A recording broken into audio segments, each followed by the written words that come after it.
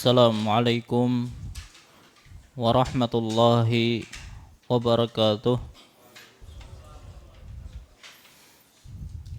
Innal hamdalillah nahmaduhu wa nasta'inuhu wa nastaghfiruh wa na'udzu billahi min syururi anfusina wa min sayyiati a'malina.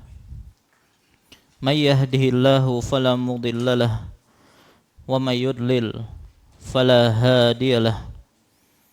Wa ashhadu an la ilaha illallah wahdahu la syarikalah wa ashhadu anna Muhammadan abduhu wa rasuluh. Ya ayyuhalladzina amanu taqullaha haqqa tuqatih wa la tamutunna illa wa antum muslimun. Wa ba'du, fa inna asdaqal hadisi kitabullah wa khairal hadi hadi Muhammadin sallallahu alaihi wasallam wa syarrul umuri muhdatsatuha fa inna kulla muhdatsatin bid'ah wa kulla bid'atin dhalalah wa kulla dhalalatin finnar. Kaum muslimin wal muslimat, keluarga sebertaan rahimani Allahu wa iyyakum. Alhamdulillah, segala puji bagi Allah Subhanahu wa taala yang tidak henti-hentinya memberikan banyak karunia dan kenikmatan kepada kita, di antaranya nikmat iman, Islam, kemudian taufik dan hidayahnya, sehingga kembali kita bisa berkumpul di majelis yang mulia ini dalam rangka menghadiri kajian rutin kita membahas tentang atau membaca buku Bulughul Maram karya Al-Imam Ibnu Hajar Al-Asqalani rahimahullahu ta'ala. Salawat serta salam semoga senantiasa tercurahkan kepada Nabi kita yang mulia Muhammad sallallahu alaihi wasallam, kepada keluarga beliau, para sahabat beliau, dan orang-orang yang istiqamah di atas jalan beliau ila yaumil qiyamah. Insyaallah pada kesempatan malam hari ini kita akan melanjutkan pembahasan kita, masih membahas tentang sifat salat, ya. Yang mana kita masih menyisakan sekitar 3 hadis ya dari bab ini. Walaupun nanti ada pembahasan untuk pelengkap dari bab ini, yaitu bab tentang makruhat salat dan juga mubtilat as-salat, yang mana ini tidak disebutkan Ibnu Hajar Al-Asqalani rahimahullahu ta'ala. Baik, sekarang kita lanjutkan hadis nomor 348. Wa an Malik bin al-Huwairis radhiyallahu anhu qala Rasulullah sallallahu alaihi wasallam sallu kama raaitumuni usalli, rawahul Bukhari. Ini insyaallah rata-rata sudah hafal oleh hadisnya. Sallu kama raaitumuni usalli, rawahul Bukhari. Salatlah kalian sebagaimana kalian melihat aku salat. Harusnya hadis ini ya, artinya kalau susunan yang bagus itu diletakkan di awal. Karena yang kita sebutkan dari awal tentang pembahasan salat itu kan mengamalkan hadis ini, yaitu salatlah kalian sebagaimana kalian melihat aku salat. Ya, artinya ketika kita belajar tentang tata cara salat atau sifat salat, maksudnya adalah sifat salat Nabi sallallahu alaihi wasallam, bagaimana Nabi SAW salat. Maka hukum asal dalam masalah salat itu adalah harus sesuai dengan ya salat Nabi SAW yang dicontohkan oleh Nabi. Makanya di antara hal yang menyebabkan pahala salat itu semakin besar adalah apabila salat tersebut sesuai dengan sunnah Nabi sallallahu alaihi wasallam. Ya, makanya hendaknya setiap gerakan salat kita yaitu ada dalilnya dari Nabi sallallahu alaihi wasallam. Kalau sudah ada dalilnya, maka salat kita akan sesuai dengan sunnah Nabi sallallahu alaihi wasallam. Baik. Kemudian hadis berikutnya, wa an Imran bin Husain radhiyallahu anhu qala liyan Nabi sallallahu alaihi wasallam salli qa'iman fa illam tastati' fa qa'idan fa illam tastati' fa ala jambin, rawahul Bukhari. Rasulullah sallallahu alaihi wasallam bersabda kepadaku, salatlah kamu sambil berdiri. Apabila tidak mampu, maka salatlah sambil duduk. Apabila tidak mampu, maka salatlah sambil berbaring miring ke lambung kanan, dan apabila tidak mampu, maka salatlah dengan memakai isyarat. Ini tambahannya ya. Tidak mampu maka salatlah dengan memakai isyarat, tidak ada disebutkan dalam lafaz hadisnya. Baik. Hadis riwayat Al-Bukhari. Maka dalam hal ini ya, hukum asal orang salat itu wajib berdiri. Ya, bahkan berdiri itu termasuk apa? Rukun salat. Nah, cuman rukun berdiri ini akan gugur apabila seseorang tidak mampu untuk berdiri.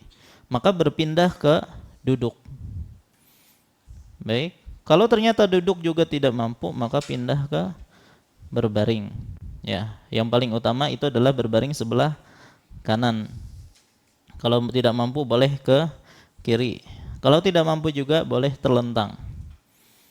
Baik. Nah, sebenarnya pembahasan tentang salat orang sakit itu ada bab tersendiri disebutkan oleh Ibnu Hajar setelah pembahasan tentang salat sunnah.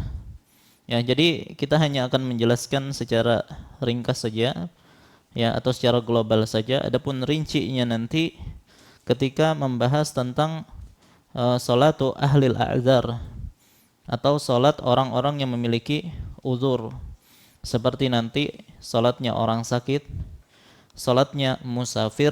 Nah, bagaimana itu ada bab tersendiri disebutkan oleh Al-Imam Ibnu Hajar insyaallah ya. Baik, jadi intinya kalau seorang tidak mampu berdiri maka silahkan duduk. Kalau tidak mampu duduk maka silahkan berbaring ya.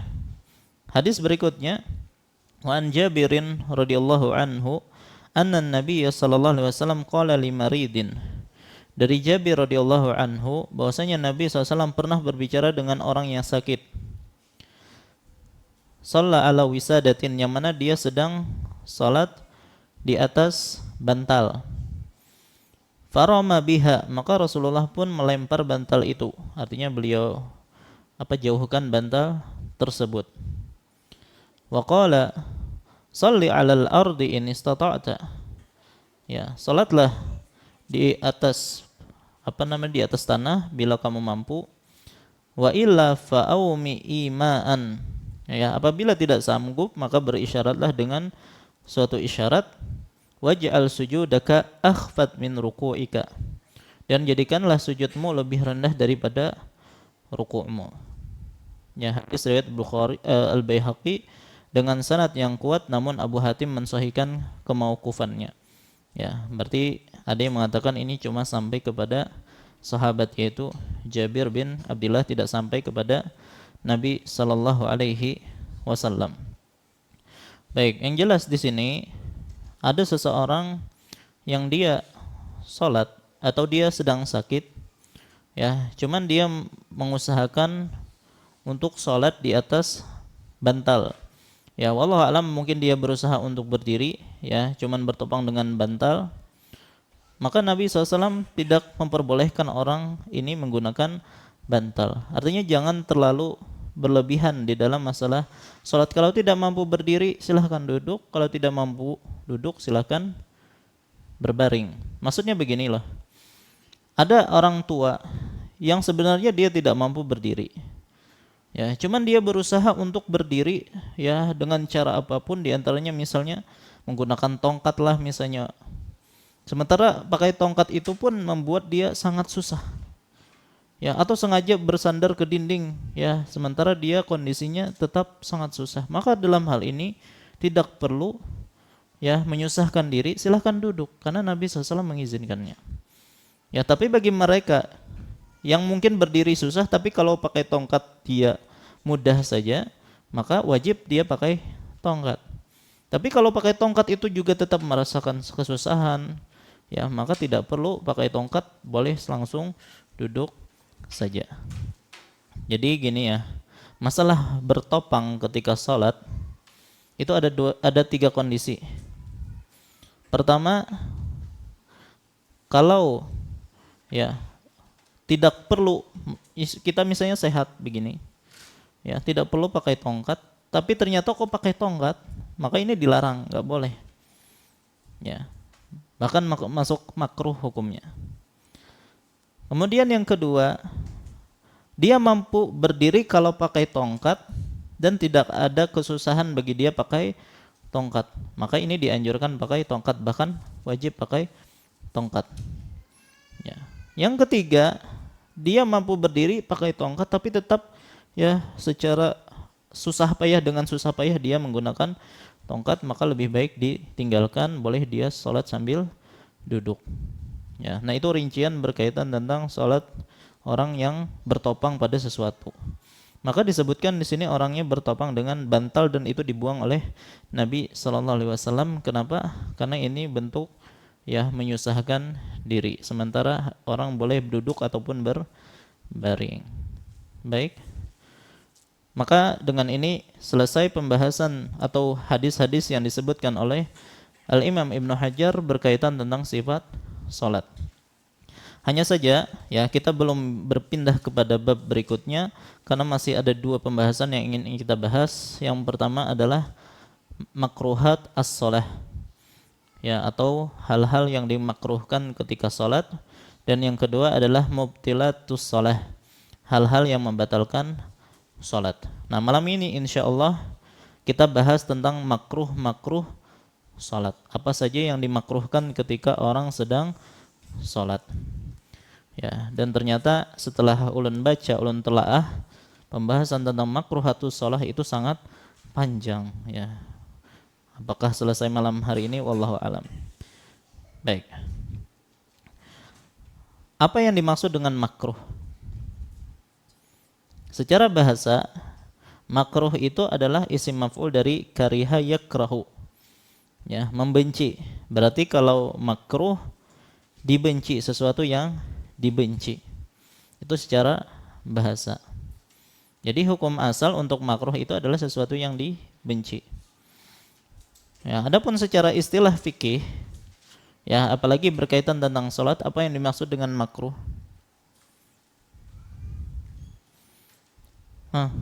Apa itu makruh?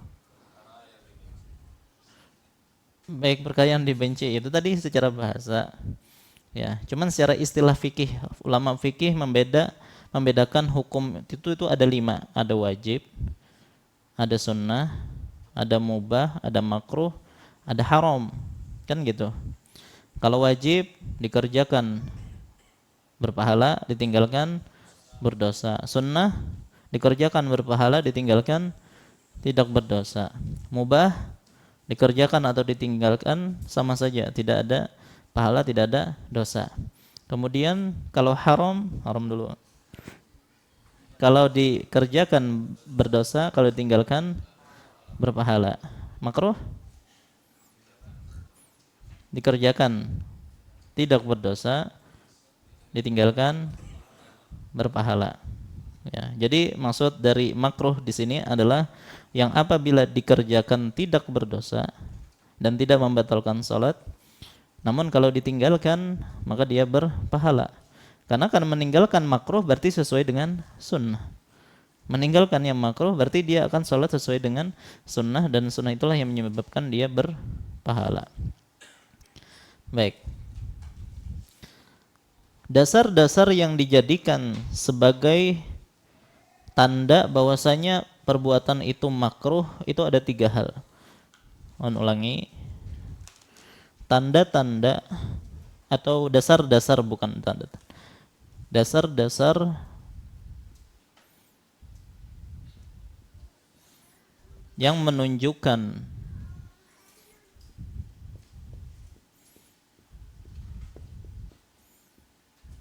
perbuatan itu makruh ada 3. Itu makruh ada 3. Artinya kalau pian kuasai 3 macam ini, maka pian akan tahu oh ini makruh dalam sholat. Ya, walaupun kita tidak hafal seluruh makruhat yang ada, tapi kembalikan kepada 3 dasar ini atau 3 usul ini. Yang pertama adalah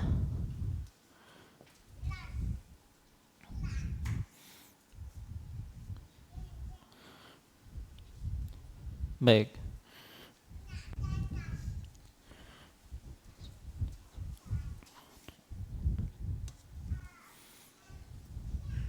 Tanda makruh pertama adalah menyelisihi sunnah-sunnah dalam sholat.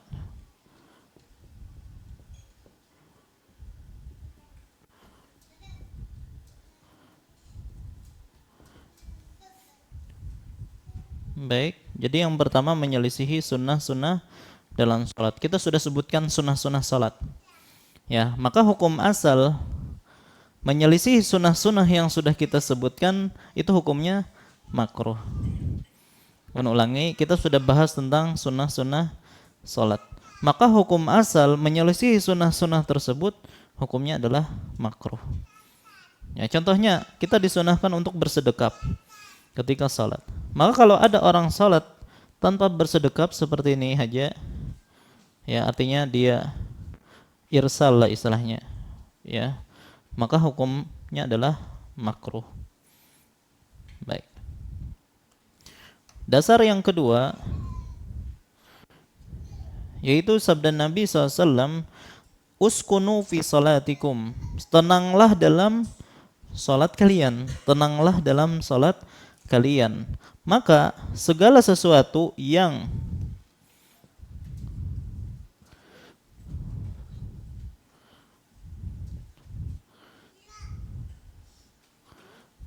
menafikan, apa itu menafikan? Meniadakan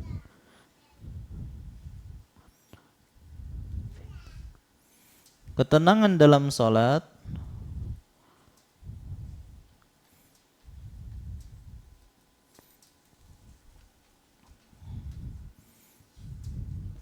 hukumnya makruh. Ya, hukum asalnya makruh. Segala sesuatu yang menafikan ketenangan dalam salat hukumnya makruh. Ya. Baik, itu tanda kedua perbuatan itu dikatakan makruh.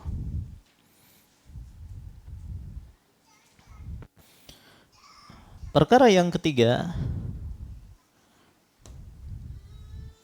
sabda Nabi SAW, inna fi salati la syughlan. Sesungguhnya di dalam salat itu kita ada kesibukan. Kesibukan dalam salat itu maksudnya apa?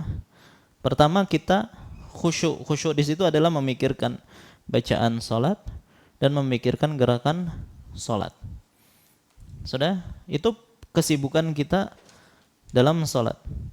Maka kalau ada perbuatan atau sesuatu yang memalingkan, ya, menyibukkan kita dari salat, artinya akhirnya keluar pikiran kita keluar dari salat, maka itu hukum asalnya adalah makruh. Artinya segala sesuatu yang menyibukkan kita dalam salat,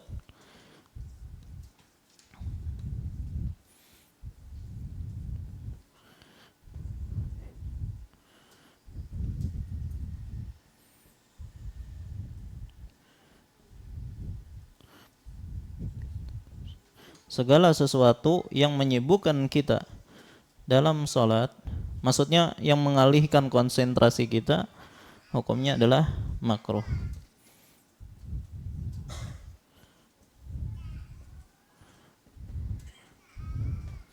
Baik, kalau yang kedua ini lebih kepada penampakan zahir, ya, sesuatu yang zahir dari perbuatan anggota badan kita. Kalau yang ketiga ini lebih kepada konsentrasi kita. Ya, maka yang menyebabkan anggota badan kita tidak tenang dalam salat, maka hukumnya makruh. Kalau sesuatu yang memecahkan konsentrasi kita ketika sholat itu hukumnya makruh. Yang jelas 3 dasar ini dijadikan oleh para ulama sebagai tanda bahwasanya itu adalah makruh dalam sholat.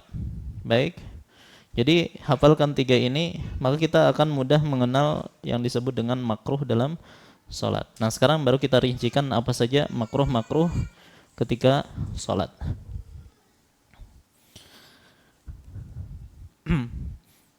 Adapun hal-hal yang dimakruhkan, pertama, ya ini mungkin kada ulun tuliskan di papan tulis, jadi pian harus perhatikan betul-betul. Hal-hal yang dimakruhkan dalam salat, pertama, tidak bersedekap. Ya, artinya membiarkan tangan berjuntai saja ketika salat. Ya, walaupun sebagian Malikiyah menyatakan itu sunnahnya adalah berjuntai tidak bersedekap, tapi yang benar adalah bersedekap. Karena Nabi SAW senantiasa bersedekap ketika salat, ya, maka meninggalkan sunnah hukumnya makruh. Nomor 2, mencukupkan dengan membaca Al-Fatihah saja tanpa surah pada 2 rakaat pertama. Ulangi, mencukupkan membaca Al-Fatihah saja tanpa membaca surah pada 2 rakaat pertama. Ya, kalau rakaat ketiga, keempat, ya, memang sunnahnya adalah tidak membaca surah. Tapi rakaat yang pertama dan yang kedua sunnahnya adalah membaca Al-Fatihah ditambah surah. Nah, kalau ada orang salat, ya, semua rakaatnya cuma Al-Fatihah saja, tidak membaca surah, sah kada salatnya? Sah. Tapi dia melakukan sesuatu yang makruh. Baik. Yang ketiga, mengulangi Al-Fatihah dalam 1 rakaat. Jadi Al-Fatihahnya dibaca 2 kali. Misalnya, ada orang yang membaca Al-Fatihah 2 kali dalam sholat, maka hukumnya tidak batal, tapi hukumnya makruh. Dan para ulama menjelaskan begini ya, apabila ada orang sengaja mengulang rukun fi'li, apa itu rukun fi'li? Gerakan. Kan seperti ruku, itu rukun fi'li namanya. Sujud. Baik. Kalau ada orang yang mengulangi ruku 2 kali, ya, ini rukun fi'li, maka para ulama menjelaskan batal salatnya. Jadi kalau yang diulang itu rukun fi'li, batal salatnya. Walaupun nanti ada rincian nanti ketika kita membahas mubtilatus shalah, yang hal yang membatalkan salat. Tapi ingat ini sengaja. Tapi kalau ada yang sengaja mengulang rukun qauli yang berupa ucapan seperti Al-Fatihah, maka hukumnya makruh dan salatnya tetap sah. Jadi kalau yang diulang adalah rukun fi'li, batal salatnya. Tapi kalau yang diulang adalah rukun qauli berupa ucapan, maka makruh dan salatnya tetap sah. Dan hukum makruh ini, yaitu mengulangi Al-Fatihah, akan hilang apabila ada alasan yang dibenarkan. Ulangi, kalau ada orang yang mengulangi 2 kali Al-Fatihah misalnya dalam salat, tapi dia ada alasan yang bisa dibenarkan, seperti orang yang ragu sudah baca Al-Fatihah atau belum. Ada nggak yang kayak gitu? Ada. Tadi itu sudah baca Al-Fatihah atau belum ya? Ya sudah. Untuk menghilangkan keraguan tersebut, dia baca Al-Fatihah. Tapi ini bukan orang yang suka muaswis lah. Ya, kita yang jarang was-was, kemudian tiba-tiba rasa ragu sudah baca ataukah tidak, maka dianjurkan untuk membaca. Tapi bagi mereka yang was-was terus, setiap kali sholat sudah baca Al-Fatihah belum? Sudah baca. Maka ini adalah gangguan dari syaitan, maka tinggalkan keraguan tersebut, maka tidak perlu membaca Al-Fatihah karena dia hukum asalnya sudah membaca surah Al-Fatihah. Baik. Atau misalnya dia ragu, tadi bacaan Al-Fatihahnya sempurna atau kada? Jangan-jangan tadi ketinggalan ayat kan misalnya, atau ketinggalan huruf ketika membaca Al-Fatihah. Maka dia ulangi membaca, maka tidak mengapa. Atau misalnya ketika imam ketika sholat maghrib misalnya atau sholat isya, rakaat pertama dia lupa kalau harus dijaharkan. Dia baca Al-Fatihah sampai tuntung sir. Ya, makmum menunggu-nunggu nih apabila imam baca Al-Fatihah. Misalnya. Kemudian imam ingat, ini sholat maghrib nih, maka akhirnya dia pun membaca Al-Fatihah dengan suara nyaring. Ya, maka 2 kali dia membaca Al-Fatihah maka tidak mengapa. Nah, ini alasan yang dibenarkan. Tapi kalau tidak ada alasannya maka hukumnya adalah makruh. Baik. Itu 3 ya. Yang keempat, yaitu menoleh ke kanan, ya. Cuman menolehnya cuma matanya saja. Ya, bukan sampai memutar kepalanya, apalagi sampai berbalik badannya, ya, melirik, ya, menoleh ke kanan dan ke kiri, ya. Kalau ke atas hukumnya haram, ya, ke atas melirik ke atas itu haram, ya. Kalau ke kanan dan ke kiri hukumnya adalah makruh, karena yang sunnah adalah, ya, menghadap kemana? Ke arah sujud atau ke arah kiblat. Ya, bagi menganggap bahwasanya pandangan itu ke kiblat. Tapi kalau ke kiri kanan maka hukumnya makruh. Itu kalau tidak ada kebutuhan, tidak ada hajat. Ya. Kemudian dan Nabi SAW bersabda berkaitan orang yang menoleh ke kiri kanan. Ya, kata Nabi SAW, huwa ikhtilasun yakhtalisuhu syaitan min salatil abd. Itu adalah curian yang dilakukan oleh siapa? Syaitan. Ya. Apa yang dicuri oleh syaitan dalam hal itu? Pahala. Artinya syaitan mengurangi pahala, ya, seorang hamba ketika salat, ketika dia melirik. Ya, dan banyak orang yang kebiasaan, ya, melirik. Ya, biasanya kalau orang sudah kebiasaan seperti itu, setiap salat ada orang lewat dilirik, ya kan? Ada yang seperti itu. Setiap kali ada orang lewat dia lirik, ya. Nah, ini adalah curian dari syaitan. Maka dia harus melatih untuk menahan lirikan dia, ya. Makanya kalau bisa salat itu jangan di tempat orang yang lalu lalang, ya, yang mana memungkinkan dia melirik. Makanya kalau bisa salat itu menghadap dinding, fokus. Ya. Kalau enggak, ya bisa melirik ke sana kemari. Maka ini hukumnya adalah makruh. Adapun apabila ada hajat, ada keperluan, ada maslahat, maka hukumnya mubah. Ulun lupa tadi dari awal, hukum makruh itu kaidah, ya. Hukum makruh itu akan hilang kalau ada hajat, keperluan, atau ada maslahat. Ulun ulangi. Hukum makruh itu akan hilang kalau ada hajat dan maslahat. Baik. Nah, begitu juga seperti ini. Orang yang melirik tadi ke kanan dan ke kiri, hukum asalnya makruh. Tapi kalau ada keperluan, ada hajat, ada maslahat dalam masalah ini, maka tidak mengapa, boleh. Misal, ya, wanita yang sholat di rumah, sementara dia memiliki anak kecil, umur misalnya setahun, ya, atau kurang dari itu, yang masih belum bisa jalan, ya, atau sudah jalan, dia kan nggak paham terkadang itu. Nah, terkadang melakukan sesuatu yang mungkin berbahaya, maka kadang orang tua atau ibu ini yang sedang menjaga anaknya merasa khawatir dengan anaknya. Wah, ini lagi ngapain anaknya? Maka dia lihat ke kanan atau ke kiri mengikuti sambil menjaga anaknya, maka itu tidak mengapa. Selama tidak sampai berbalik, ya. Maka kalau sudah sampai berbalik, memalingkan dia dari kiblat, maka batal salatnya. Ya, nanti kita akan bahas masalah ini dalam mubtilat as-salat insyaallah. Tapi kalau hanya sebatas melirik ke kanan ke kiri maka insyaallah masih aman. Baik. Kemudian juga orang yang misalnya diganggu, merasa terganggu ya atau diganggu oleh syaitan.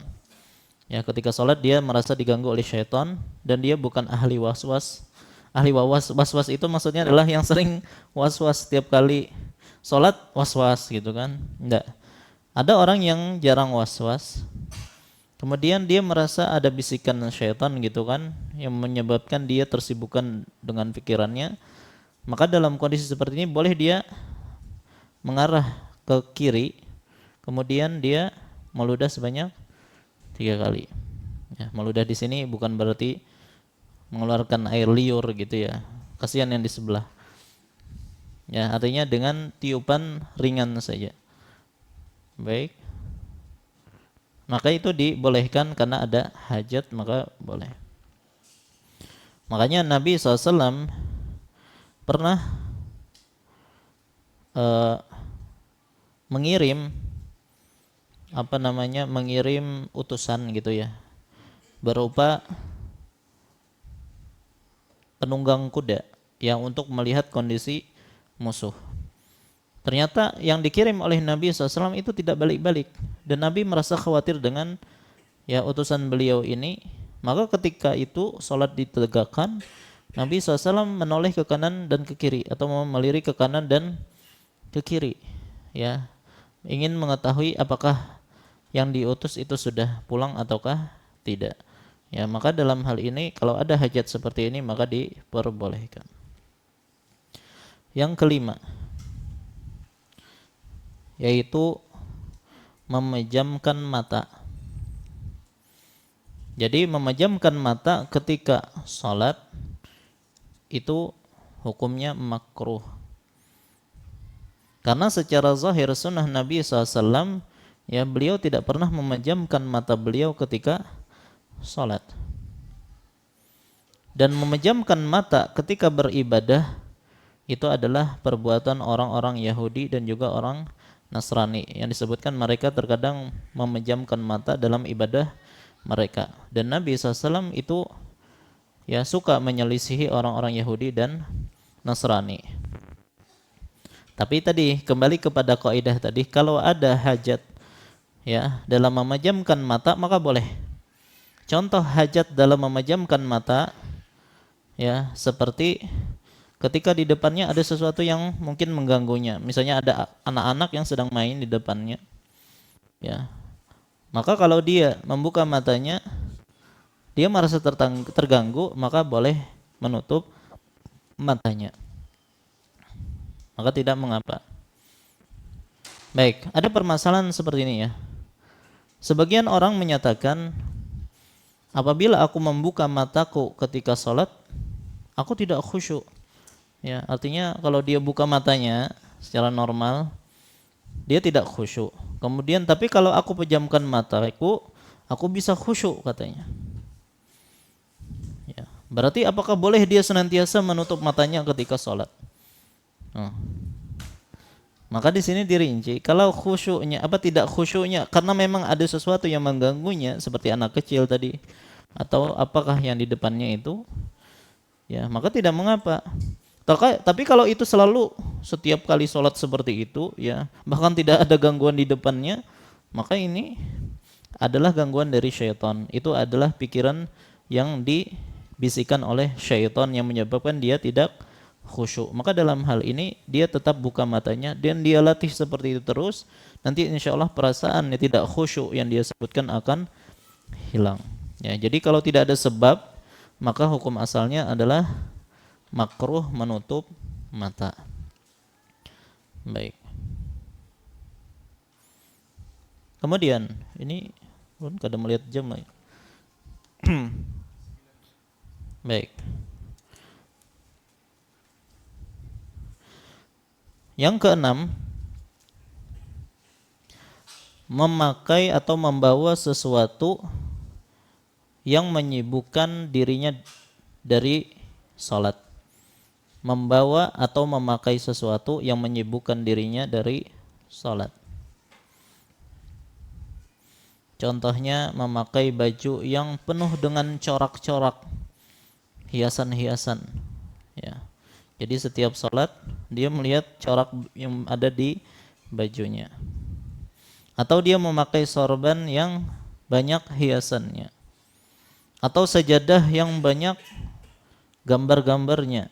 Ada bunga-bunganya, ada apa lagi? Ka'bahnya, ya, ada masjid dan seterusnya. Banyak gambar-gambarnya di sajadah. Yang mana itu akan membuat dia konsentrasinya akan hilang. Maka ini hukumnya adalah makruh.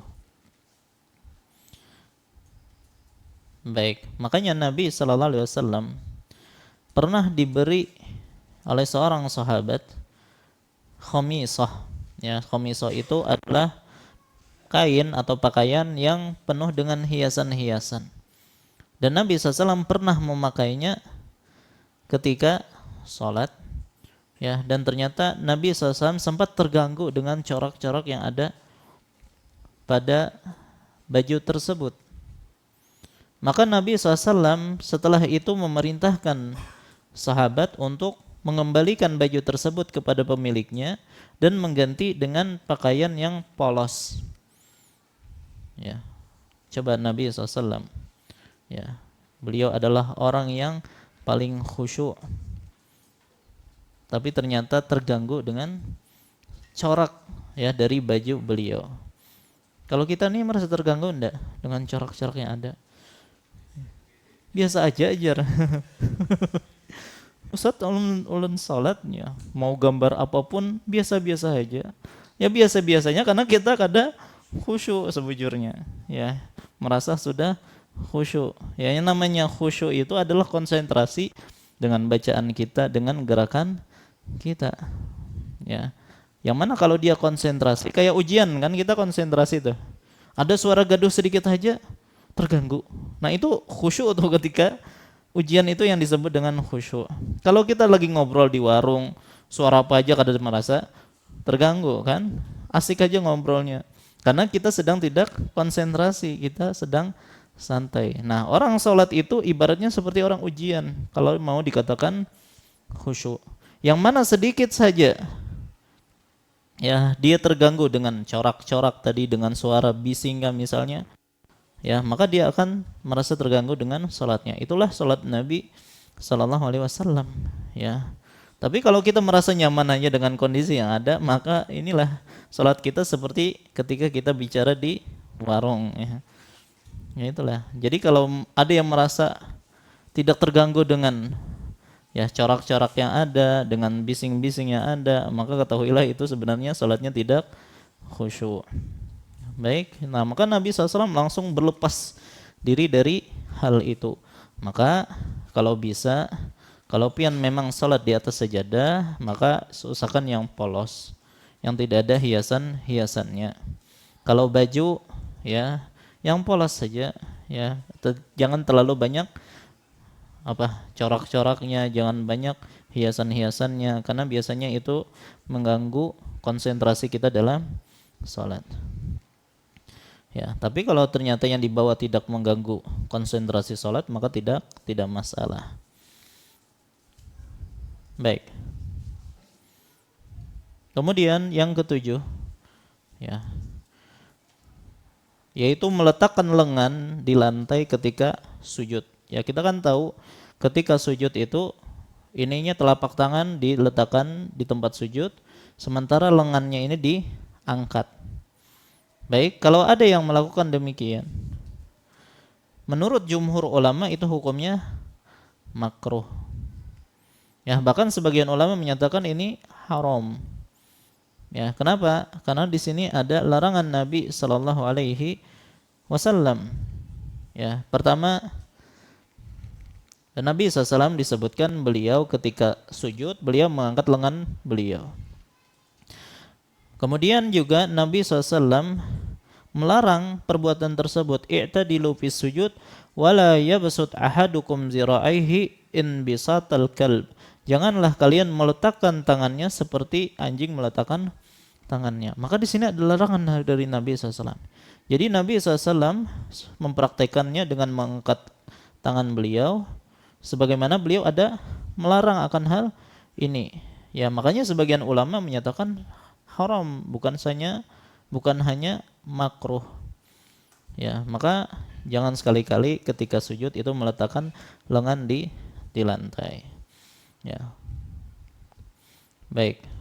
Sudah isyarah. Baik. Kemudian yang kedelapan, melakukan hal yang sia-sia. Contohnya apa? Ketika salat, megang jenggot. Ya kan? Kadang banyak orang tuh kayak gini. Ketumat mengen jenggot. Ya. Tanpa alasan. Ya, apalagi jenggotnya yang panjang biasanya kan. Kadang kada sadar main-main dengan jenggot. Atau main-main dengan hidungnya, atau jam tangannya, wah, dijapai misalnya kan. Bahkan melihat jam kadang. Itu adalah hal yang sia-sia di dalam salat. Atau ketika salat, hadang nih imam nih berapa menit yuk. Berdirinya nih berapa menit. Ya, mungkin berhitung dalam hatinya. Wah, itu hal-hal yang sia-sia. Atau ketika dia duduk, ya tasyahud kah misalnya, ya dia pandangi sajadahnya, kemudian dia pegang, dia urutkan itu gambar yang ada di sajadahnya misalnya. Ini semuanya adalah hal yang sia-sia. Ya.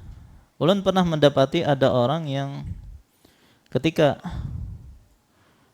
tasyahud, ya hampir aja salam sudah, berbunyi WhatsApp di HP-nya tuh. Ya. Dia kada sabar tuh madang. Subhanallah, dikeluarkannya itu HP-nya, dibukanya WhatsApp-nya, dia masih dalam keadaan salat. Ini ya mungkin sampai seperti ini bisa membatalkan salat ya. Nanti kita sebutkan gerakan yang banyak itu akan membatalkan salat. Tapi yang jelas, perlakuan hal sia-sia ini hukum asalnya adalah makruh, kecuali mungkin kalau banyak, ya maka bisa membatalkan salat.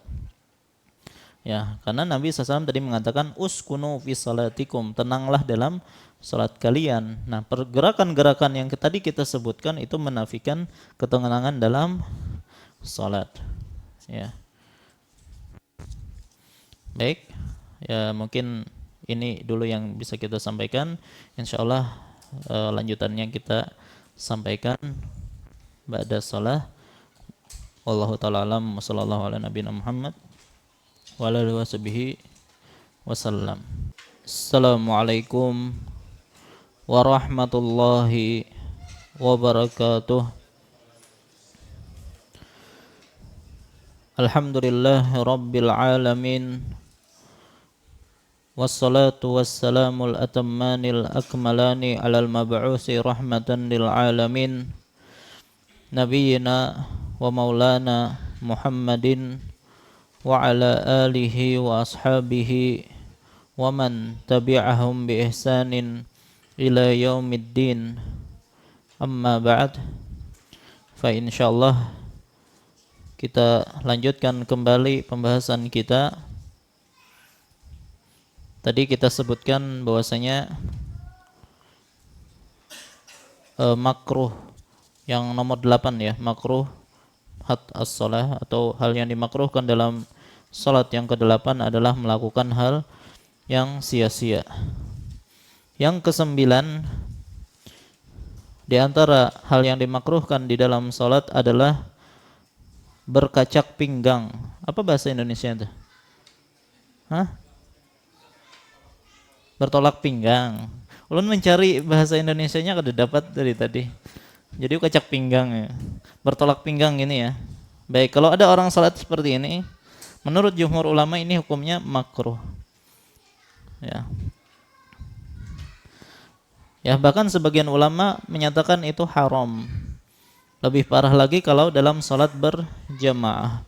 Ya, jelas mengganggu orang di sebelahnya. Masa kayak gini? Ya. Dan ini juga menandakan kesombongan ya. Kita lagi salat sedang menghambakan, menghinakan diri di hadapan Allah, malah salatnya bertolak pinggang seperti itu. Ya, maka ini menafikan kehinaan kita di hadapan Allah Subhanahu wa taala. Ya, makanya Nabi SAW berdasarkan hadis dari Abu Hurairah radhiyallahu anhu, nahan Nabi sallallahu alaihi wasallam ay yusalli ar-rajulu muhtasiran. Nabi melarang seseorang salat ya bertolak pinggang. Nah, jumhur ulama menyatakan makruh ya, tapi sebagian ulama menyatakan haram. Ya, karena ada larangan Nabi sallallahu alaihi wasallam dalam masalah ini. Baik. Yang ke-10 yaitu melakukan gerakan malas. Maksudnya gimana tuh? Ya, pokoknya mengangkat tangan seadanya, kemudian berdiri juga mungkin ke belakang ke gini ya, atau ke depan ya, yang menyebabkan dia atau menampakkan dia malas. Gerakan rukuknya juga malas, sujudnya ya, pokoknya kayak jatuh gitu. Ketika turun sujud itu kayak orang jatuh ya. Ini menandakan ya, atau gerakan-gerakan malas, maka ini hukumnya makruh ya. Karena ini perbuatan tidak layak ketika sholat ya. Jadi kalau sholat itu tunjukkan apa namanya, semangat ya, jangan tunjukkan kemalasan. Nah, kita melihat sebagian orang itu ya, kalau sholat itu wah, pokoknya berangkat itu pokoknya kayak sakit pinggang kayak itu, nah ya, dan gerakan seperti orang malas, maka ini hukumnya makruh. Baik. Yang ke-11 di antara hal yang dimakruhkan adalah membuka mulut ya, membuka mulut. Jadi tenganga ketika sholat itu hukumnya makruh ya. Kok bisa ya tenganga ya? Karena hal ini kalau kita benganga, coba membaca Al-Fatihah tapi tenganga gimana? Makhrajnya kan lepas lah ya, karena ada huruf-huruf yang itu butuh kita menutup mulut ya. Baik, dan ini juga menunjukkan akan kemalasan, dan ini hal yang sia-sia ya, apalagi ketika nguap ya. Jadi ketika menguap dalam sholat ya, dan dia tidak tutup mulutnya, itu hukumnya makruh. Sudah. Jadi kalau bisa, kalau kita sedang sholat itu kalau bisa tahan ya nguapnya, jangan sampai kebuka mulutnya. Tapi kalau kada tahan ya, maka tutupi ya. Dan para ulama menjelaskan ketika menutupinya pakai tangan kiri ya. Boleh pakai tangan, boleh juga dengan sorban kalau kita pakai sorban ya. Tapi kalau tidak, kita pakai tangan. Makanya Nabi SAW menyatakan sesungguhnya Allah itu mencintai bersin ya, dan membenci menguap. Kenapa Allah mencintai bersin? Karena biasanya orang bersin itu adalah berangkat dari semangat ya kan, kemudian setelah itu ya merasa lega ya. Tapi kalau orang nguap itu menunjukkan apa? Kemalasan ya, ngantuk dan seterusnya ya. Disebabkan karena itulah ya disebutkan Allah itu mencintai bersin ya, makanya dianjurkan untuk mengucapkan alhamdulillah ketika bersin ya. Adapun untuk tasawuf atau menguap, nah dianjurkan untuk ditutup mulut ya. Cuman apakah ada bacaan tertentu dalam menguap? Ulun tidak dapati ada riwayat ya. Memang tasawuf disebutkan itu dari syaitan. Nah, tapi apakah dianjurkan baca auzubillah ya minasyaitonirrajim misalnya ketika menguap? Nah, ulun tidak tahu riwayat yang menjelaskan hal tersebut. Wallahu a'lam. Baik. Kemudian yang nomor 12, meletakkan sesuatu di mulutnya. Jadi kita sholat, dia meletakkan sesuatu di mulutnya. Tapi ingat, sesuatu ini bukan makanan atau minuman. Kalau gula batu, ya permen diletakkan di mulut, itu batal, itu makan namanya. Baik, cuman yang dimaksud ini misalnya kayu siwak misalnya diselapkan di mulut ketika dia sholat, ya, maka itu hukumnya makruh. Ya. Baik dia lakukan itu ketika pas sudah sholat, dia ambil kayu siwak, dia bersiwak misalnya atau memasukkan sesuatu di mulutnya, Atau dari awal sebelum sholat dia sudah bersiwak, ya, berlanjut sampai sholat, dia tidak cabut yang ada di mulutnya tersebut, maka hukumnya makruh. Ya. Tapi kalau berupa kawat gigi, ya, itu nggak perlu dicabut, ya. Karena itu ada hajat di situ kan, yaitu untuk memperbaiki gigi yang mungkin rusak dan seterusnya, yang susunannya tidak bagus dan seterusnya. Baik. Jadi meletakkan sesuatu di mulut hukumnya makruh selama bukan makanan dan minuman. Baik. Salat yang ke-13. Salat menghadap patung, gambar atau lukisan. Ya. Dia sedang tidak menyembah patung, dia tidak sedang menyembah gambar dan seterusnya, tapi kebetulan di arah kiblatnya ada itu. Ya, yang jelas patung itu kan sebenarnya nggak boleh, haram. Ya, apalagi digunakan sebagai sutra. Ini patung digunakan jadi sutra, ya, nggak boleh. Ya. Patung sendiri itu tidak diperbolehkan, harus dimusnahkan. Nah, orang yang sholat menghadap patung tadi, atau misalnya ada printeran atau gambar, ya, foto dipajang di depannya, ya, atau misalnya ada lukisan di depannya, lukisan makhluk hidup, ya, maka sholat menghadap hal-hal tersebut adalah makruh. Ya. Nah kemudian, nah kenapa disebutkan makruh? Karena itu menyerupai apa? Orang yang sedang menyembah berhala. Ya. Orang yang menyembah berhala kan seperti gambarnya. Walaupun kita tidak berniat menyembah patung tersebut, tapi bertasyabuh dengan mereka, maka hukumnya adalah makruh di sini. Ya.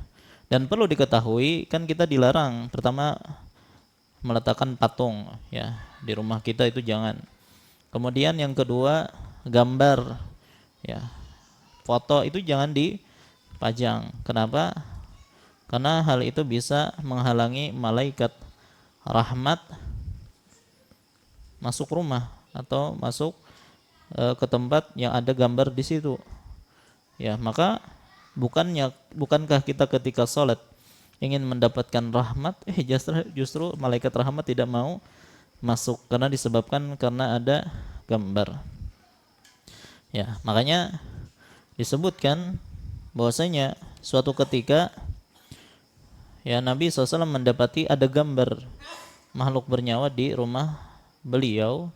Ya, disebutkan ternyata malaikat tidak mau masuk, maka disuruh menghilangkan gambar tersebut, maka barulah malaikat masuk. Coba lihat, itu adalah rumah Nabi SAW. Ya, karena ada satu gambar saja di situ, malaikat tidak mau masuk. Apalagi rumah kita yang jauh dari kemuliaannya daripada rumah Nabi SAW. Ya, maka kalau ada gambar jangan dipajang, ya, karena itu bisa menghalangi malaikat masuk. Baik.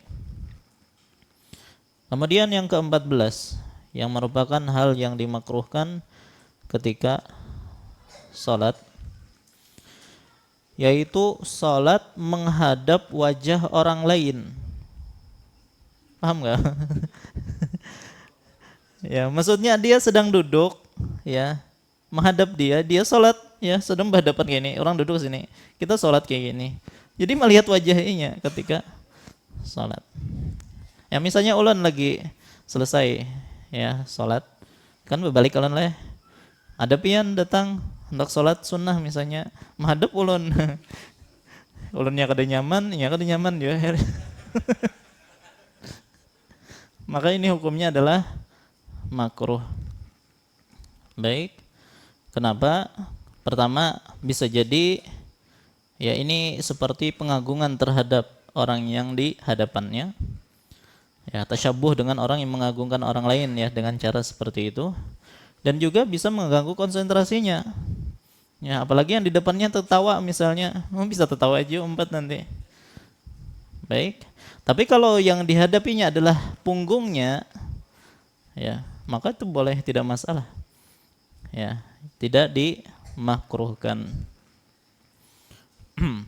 Baik.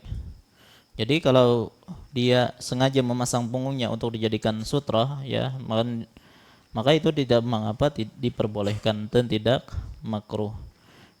Baik. Kemudian 15.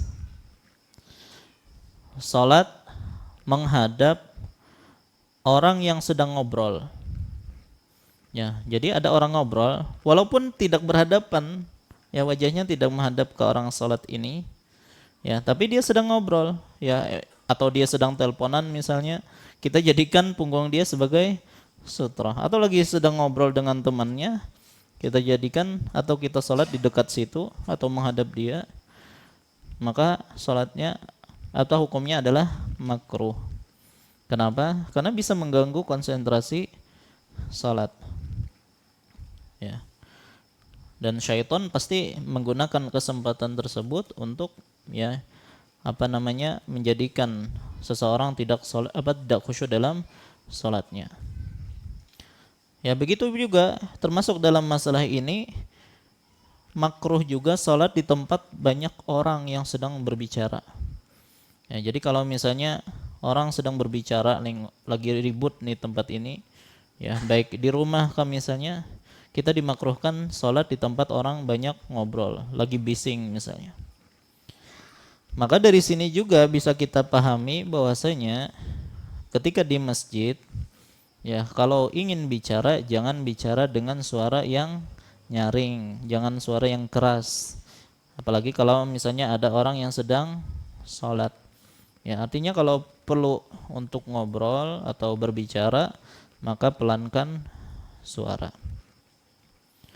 Baik. Nah, tapi kalau ternyata tidak mengganggu dengan obrolan yang ada, maka tidak mengapa sholat di situ. Maka di sini juga, ya, kemarin ada kita bahas tentang menyaringkan suara ketika zikir ba'da salat, ya.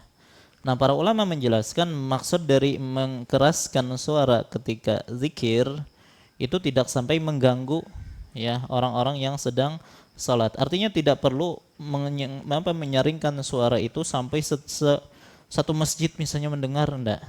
Ya, jadi yang dipahami dalam masalah menyaringkan suara itu, kita memperdengarkan suara, ya, dengan orang-orang yang di sekitar kita saja, tidak mesti harus menyebar ke seluruh masjid. Ya, karena kan sebagian orang ada yang salat yang masbuk misalnya, atau ada orang yang ingin salat sunnah. Kalau kita nyaring sekali bisa mengganggu orang tersebut. Makanya ketika membaca Al-Quran pun di dalam masjid sambil menunggu, misalnya hari Jumat kan misalnya sebelum imam datang atau sebelum khatib naik mimbar, kita baca Quran, maka jangan nyaring-nyaring, ya, karena bisa jadi di situ ada orang yang sedang salat, ya. Artinya dalam hal ini walaupun itu membaca Al-Quran, kalau itu bisa mengganggu orang yang salat, maka dilarang, maksudnya dilarang menyaringkan suara. Apalagi kalau hanya sebatas ngobrol, ya, maka dilarang. Baik, itu adalah yang ke-15. Baik. Salat yang ke-16, salat menghadap orang tidur. Orang guring, kemudian kita salat menghadap dia. Ya. Maka hukumnya makruh apabila kita terganggu, ya. Bukan orang yang guring yang terganggu, kita yang salat terganggu ketika orang tersebut tidur, apalagi kalau tidurnya ngorok, ya. Itu terganggu, ya. Apalagi melihat orang itu di hadapan kita kan, itu bisa mengganggu, ya. Tapi kalau ternyata kita sholat di hadapan orang tidur itu tidak mengganggu, ya, tidak makruh hukumnya. Makanya Nabi SAW disebutkan beliau pernah sholat, ya, karena rumah Nabi itu sangat sempit, sangat kecil, ya, sampai-sampai ketika sholat beliau mengambil space Aisyah tidur, ya. Makanya ketika beliau sujud, Nabi memegang atau menyentuh kakinya Aisyah biar bisa dilipat. Kalau sudah berdiri lagi maka dijulurkan oleh Aisyah lagi.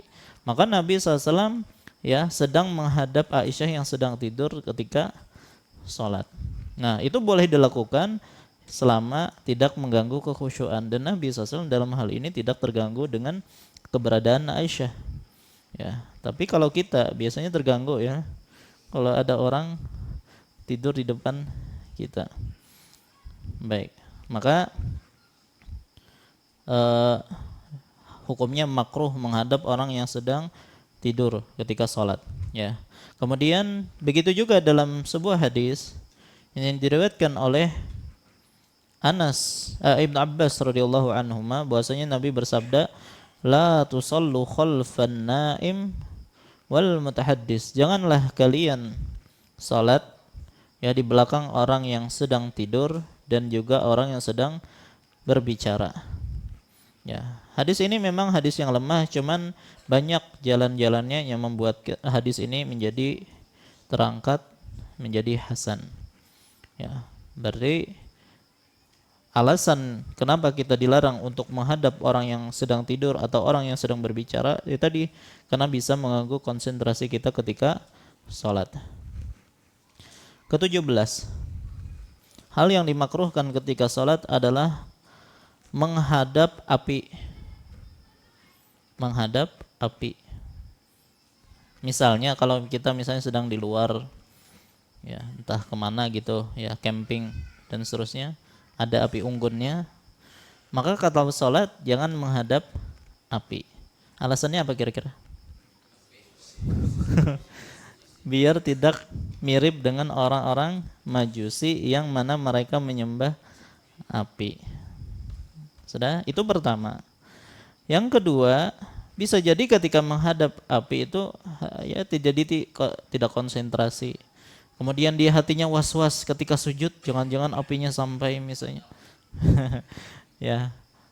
Maka dalam hal ini dimakruhkan menghadap ke api ketika sholat. Baik. Dan syaitan bermain ya. Jadi perkara-perkara yang kita sebutkan tadi ya, itu syaitan tuh ada bahan untuk mengganggu salat kita. Nanti dibisikannya dalam hati kita, itu loh ya. Misalnya orang tidur tadi, apa dibisikkan oleh syaitan? Coba lihat itu. Ya, ngorok, apa meler misalnya. Tambah tidak khusyuk. Ya, tadi api tadi. Wah, jangan-jangan nanti kena rambut misalnya, dan seterusnya. Kemudian yang ke-18, salat menghadap sesuatu yang mengganggu konsentrasi. Ya, menghadap sesuatu yang mengganggu konsentrasi seperti adanya hiasan-hiasan, ukiran-ukiran, gambar-gambar, kaligrafi misalnya, dan seterusnya. Ya, alasannya itu tadi bisa mengganggu konsentrasi yang mengurangi khusyuan di dalam salat. Ya, makanya kalau bisa, kalau kita membangun masjid di depan tuh polos ya, kayak kita nih alhamdulillah polos, pot putih. Karena sebagian masjid itu menjadikan di depan orang yang sholat itu ya keramik yang ada gambar-gambarnya. Ya, ada bunga-bunganya kan misalnya, ada garis-garisnya. Yang itu kalau dilihat oleh orang sholat itu bisa mengganggu konsentrasi. Ya. Jadi kalau bisa masjid itu tidak perlu diukir apa-apa, polos saja. Ya, karena itu tujuan utama kita membangun masjid kan biar sholat di situ dan sholat dengan khusyuk. Tapi kalau dihias-hias, ya ditambahin ukiran-ukiran, kaligrafi, maka itu bisa merusak konsentrasi orang yang sedang sholat. Maka itu hukumnya makruh. Baik. Yang ke-19, membersihkan tempat sujud tanpa ada keperluan.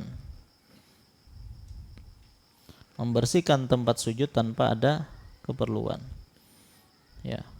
Jadi misalnya di tempat sujud dia bersih-bersih saja, tidak ada yang mengganggu, ya, atau paling cuma debu, maka sebenarnya dilarang kita untuk membersihkan tempat sujud. Ya, artinya kita usap-usap Ya, kita bersihkan seperti itu. Kalau mau membersihkan tempat sujud itu sebelum sholat. Ya, kalau ada misalnya debu-debu kan misalnya itu sebelum sholat. Baik, tapi kalau dalam sholat maka hukum asalnya membersihkan itu adalah makruh. Ya, makanya disebutkan kata Nabi SAW, ya, ketika beliau ditanya tentang membersihkan tempat sujud, mengusap tempat sujud, ya, apalagi di zaman dahulu kan cuma pasir atau tanah, ya, apakah boleh mengusap seperti itu? Maka Nabi SAW menyatakan boleh, tapi cuma sekali usap sudah, jangan setiap kali hendak sujud diusap misalnya, itu dilarang karena termasuk abas. Apalagi sekarang kita tidak ada debu, tidak ada tanah, ya, artinya insya Allah secara asal hukum sajadah itu adalah bersih saja. Baik, kecuali kalau ada najis misalnya, ya, najis kering yang bisa kita hilangkan dengan mengibas tangan seperti itu, maka tidak mengapa, bahkan harus dihilangkan. Baik, nah jadi kalau ada hajat maka sesuai dengan hajat saja, jangan berlebihan dalam masalah ini. Yang ke-20, berkipas. Ayo. Maksud berkipas di sini adalah dengan memegang kipasnya, ya, bukan meletakkan kipas angin, ya. Jadi ini jangan dipahami kita melarang kipas angin, melarang AC misalnya, enggak. Yang dilarang itu adalah ketika kita sholat memegang kipas, baik itu kipas atau kertas atau daun atau macam-macam lah yang digunakan untuk berkipas ketika sholat, maka hukum asalnya adalah makruh, ya, bahkan bisa menjadi batal kalau itu terlalu banyak, seperti orang tidak sholat akhirnya nanti. Baik, nah tapi kalau ternyata kipasnya di dinding, kipas anginnya di dinding atau mukayyif atau AC seperti ini, maka tidak masalah. Baik, nah kenapa dikatakan makruh berkipas? Karena itu termasuk hal yang menyibukkan di dalam sholat, ya, dan juga menyelisihi atau menafikan ketenangan dalam sholat, dan termasuk abas dan gerakan yang tidak diperlukan. Baik, tapi boleh kalau memang ada hajat. Contohnya adalah kondisi sangat panas, listrik mati misalnya. Listrik mati, panas banget, ya, maka tidak mengapa berkipas. Ya, tapi ya tadi sesuai dengan hajat. Baik. Yang ke-21. Banyak ya. 20-an lebih. Membunyikan jari. Apa istilahnya ini nih? Itu apa namanya? Mengarik itu lain bahasa Indonesia itu. Ya, itulah ya istilahnya membunyikan jari seperti ini. Membunyikan jari seperti ini, ya, atau menjalin jari ketika sholat, ya, ketika sholat dijalin seperti ini, maka hukumnya makruh, ya, ulang-ulangi. Jadi membunyikan jari, melipat-lipat seperti ini, kemudian menjalin seperti ini, hukumnya adalah makruh.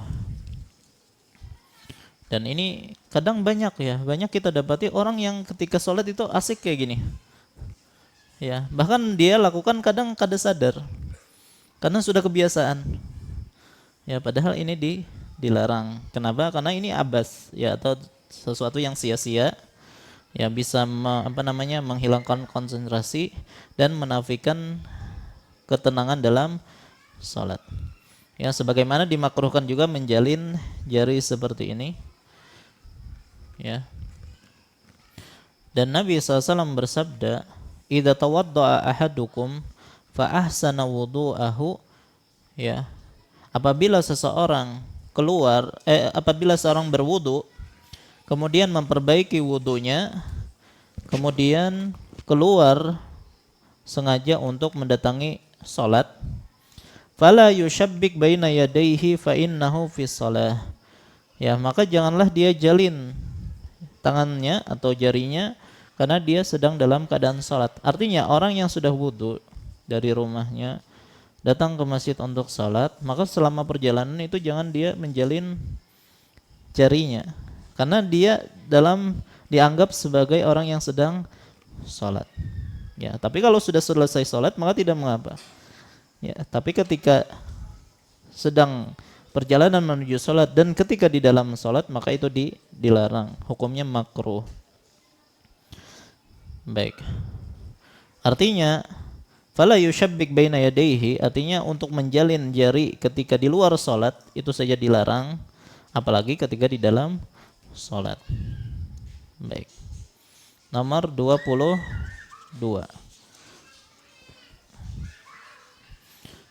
Menyentuh jenggot, ya, atau apa namanya nih? Menyela-nyela jenggot. Ya, sebenarnya sudah kita sebutkan tadi, melakukan hal yang sia-sia. Cuman kita sengaja sendirikan karena ini sering terjadi, ya. Sering kita dapati. Entah kenapa ya, terkadang asik gitu kalau menjali atau namanya menyisir menyisir jenggot dengan tangan. Menyela-nyela jenggot dengan tangan. Ya, itu sesuatu yang sering dilakukan, ya, maka ini hukumnya adalah makruh. 23. Melipat atau menggulung pakaian dan juga mengikat rambut ketika sholat. Ulangi. Melipat atau menggulung pakaian serta mengikat rambut ketika sholat. Baik, kita akan rincikan di sini.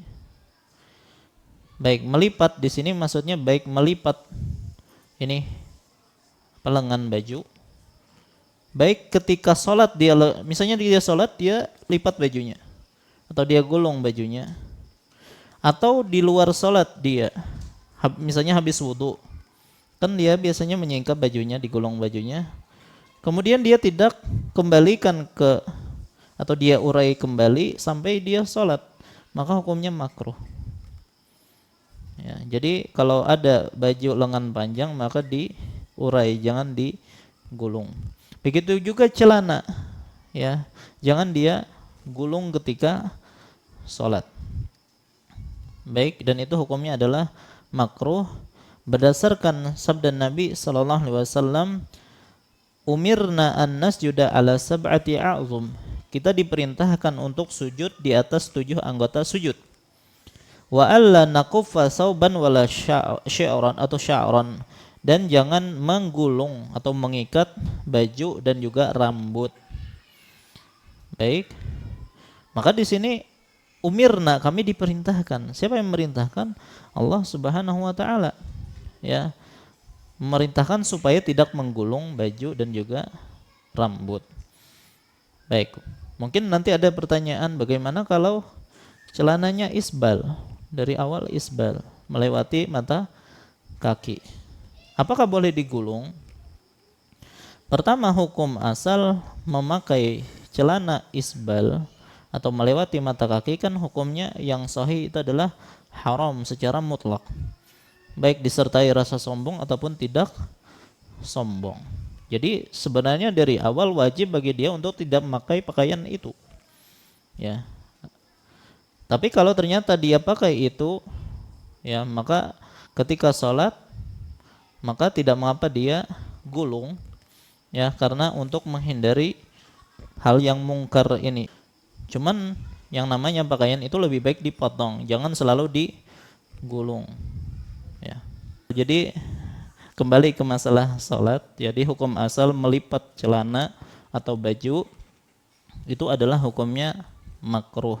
Tapi karena disebabkan karena isbal tadi, maka tidak mengapa dia gulung, tapi sebenarnya kewajiban bagi dia adalah nanti untuk motong, ya. Jangan dibiarkan seperti itu karena nanti akan terbiasa memakai celana yang isbal, ya. Bahkan berkaitan tentang isbal ini, pernah Rasulullah SAW melihat seorang sahabat yang ternyata bajunya itu melewati mata kaki. Dan pakaian sahabat yang mulia ini biasa aja, artinya bahkan termasuk pakaian yang hina lah, gitu ya. Maka ketika Nabi SAW menegur orang tersebut, wahai fulan, angkatlah celanamu atau angkatlah izarmu. Maka dia mengatakan, ya Rasulullah, ini adalah pakaian yang sederhana. Ya, artinya aku tidak mungkin ketika menjulurkan pakaianku ini dengan sombong. Tapi ternyata Nabi SAW tetap menyuruh orang tadi mengangkat celananya atau pakaiannya. Ya, ternyata orang tadi ketika melihat pakaian Nabi, disebutkan pakaian beliau sampai pertengahan betis beliau sallallahu alaihi wasallam. Baik. Nah, jadi itu yang 23. Yang ke-24 yaitu mengkhususkan meletakkan sesuatu di tempat sujud ya sebatas dahi. Ya, meletakkan sesuatu yang ukurannya hanya sebatas dahi. Ya, misalnya ada tisu seperti inilah. Ya, ini tisu. Dia lipat misalnya sampai seperti ini. Kemudian dia letakkan di tempat sujud. Yang ini kan muatnya cuma dahi. Nah, ini hukumnya makruh. Ya, tapi kalau sajadah, walaupun sajadah kecil, tapi muat untuk seluruh wajah, maka tidak makruh. Yang dimakruhkan itu kalau hanya cukup untuk dahi. Kenapa kira-kira makruh? Nah, karena akan menyerupai orang-orang Syiah. Ya, yang mana mereka ketika sujud harus sujud di atas semacam tanah atau batu ya. Yang kebanyakan bentuknya adalah bulat seperti ini. Ya, yang itu terbuat dari tanah atau batu. Baik, dan mereka sebenarnya tidak mesti harus di atas yang buatan seperti itu. Boleh di atas tanah langsung. Ya. Makanya atau di atas keramik juga tidak mengapa. Makanya kita dapati ketika kita di Madinah ada orang-orang Syiah di sana kan, mereka tidak mau sholat tuh di karpet. Pasti yang tidak ada karpetnya. Baik. Kemudian kalau ternyata misalnya ada batunya asalnya leh, pas ada yang mengambil kayak apa sujudnya? Ya, ada yang mengatakan harus sujud di tangan karena tubuh kita ini atau manusia itu kan terbuat dari tanah asalnya. Tapi ini jelas nggak ada dalilnya. Yang jelas kalau ada yang melakukan demikian, baik hanya dengan tisu, ya, atau tanah juga, maka hukumnya adalah makruh karena tadi menyerupai orang-orang Syiah. Yang ke-25. Baik. Mengusap bekas sujud seperti debu dan sejenisnya yang menempel di mana? Di dahi. Mengusap bekas sujud seperti debu dan sejenisnya di dahi ketika selesai sujud. Ya, jadi kalau ada misalnya ketika kita sedang sujud, ternyata menempel debu misalnya di dahi kita, itu jangan diusap, jangan dibersihkan. Ya, kenapa? Karena ada riwayat-riwayat dari Nabi SAW yang menyatakan inna minal jafai an yuksira rajulu masha jabhatihi qabla faraghi min salatihi. Sesungguhnya di antara perkara yang sia-sia adalah seseorang mengusap dahinya sebelum selesai dari salat. Artinya setiap selesai sujud dia usap. Ya, tapi kalau sudah selesai salam, sudah selesai salat, tidak mengapa dia bersihkan. Tapi kalau masih dalam kondisi salat, maka jangan dibersihkan. Baik. Nah, kecuali kalau ada hajat, misalnya kalau debu itu sangat banyak, ya, akhirnya mukanya itu penuh dengan debu, aslinya sangat banyak, maka tidak mengapa dia bersihkan. Ya, atau misalnya dia alergi dengan debu, ya, maka tidak mengapa dia bersihkan. Tapi hukum asalnya adalah makruh. Yang 26 dan ini terakhir, salat sambil bertopang pada sesuatu, itu seperti tongkat atau bersandar ke dinding tanpa ada keperluan. Ulangi, salat sambil bertopang pada sesuatu seperti tongkat atau dia bersandar ke dinding sementara dia tidak memerlukan hal itu, maka hukumnya adalah makruh. Kenapa? Ya, Karena Nabi SAW tidak pernah disebutkan beliau bertopang tanpa adanya hajat. Yang kedua itu termasuk abas, hal sia-sia. Yang ketiga itu menunjukkan akan kemalasan. Ya. Yang keempat itu menghilangkan masyaqqah atau kesulitan dalam berdiri. Ya kan kalau berdiri itu pasti ada capeknya. Nah, capek itu akan menambah pahala. Tapi kalau ternyata orang bersantai-santai, bersandar akhirnya, maka itu akan menghilangkan masyaqqah tersebut yang akan mengurangi pahala salatnya. Ya. Jadi kalau dia memerlukan topangan ya dalam kondisi hajat tidak masalah, tapi kalau tidak perlu maka hukumnya adalah makruh. Baik, nah inilah ya di antara hal-hal yang dimakruhkan di dalam salat ya. Mungkin masih banyak hal-hal yang dimakruhkan lagi di dalam salat. Yang jelas kembali kepada 3 hal yang tadi kita sebutkan. Baik, nah insyaallah pada pertemuan yang akan datang kita akan membahas tentang hal-hal yang membatalkan salat. Baik, sampai di sini kalau ada yang ditanyakan ulun persilahkan. Jadi bergerak di dalam salat selama ada hajat maka itu diperbolehkan walaupun banyak gerakannya. Ya, di antaranya adalah membunuh kalajengking dan ular. Dan Nabi SAW bahkan menyuruh ya silahkan bunuh aswadain atau 2 hal yang hitam di dalam salat, yaitu kalajengking dan juga ular. Itu kalau mudah membunuhnya lah. Ya, artinya ketika salat kita tinggal sekali pukul misalnya dengan sendal kita misalnya langsung mati, ya enggak apa. Tapi kalau bahaya, ada Bapak buka. Betul. Artinya kalau bahaya, ya ini membunuh nih, jangan-jangan kita yang terbunuh, maka tidak mengapa ya membatalkan sholat. Tapi kalau masih bisa saja membunuh ya dengan injak misalnya, dengan di zaman Nabi SAW itu mereka pakai sendal ketika sholat, jadi mudah ketika membunuh, cukup misalnya dengan menginjak ya. Tapi kalau kita ini agak susah ya kalau membunuh ya, kalau menginjak kita kada pakai sendal ya. Jadi lihat kondisi ya, kalau bisa kita bunuh dengan cara apapun maka silahkan selama tidak memalingkan kita dari kiblat. Ya, tapi kalau memalingkan kiblat akhirnya berputar-putar kitanya mengikuti ularnya, udah batalkan aja salat dan tidak masalah. Ya, karena ini kan darurat ya. Artinya kalau kita biarkan bisa kita yang berbahaya. Wallahu a'lam.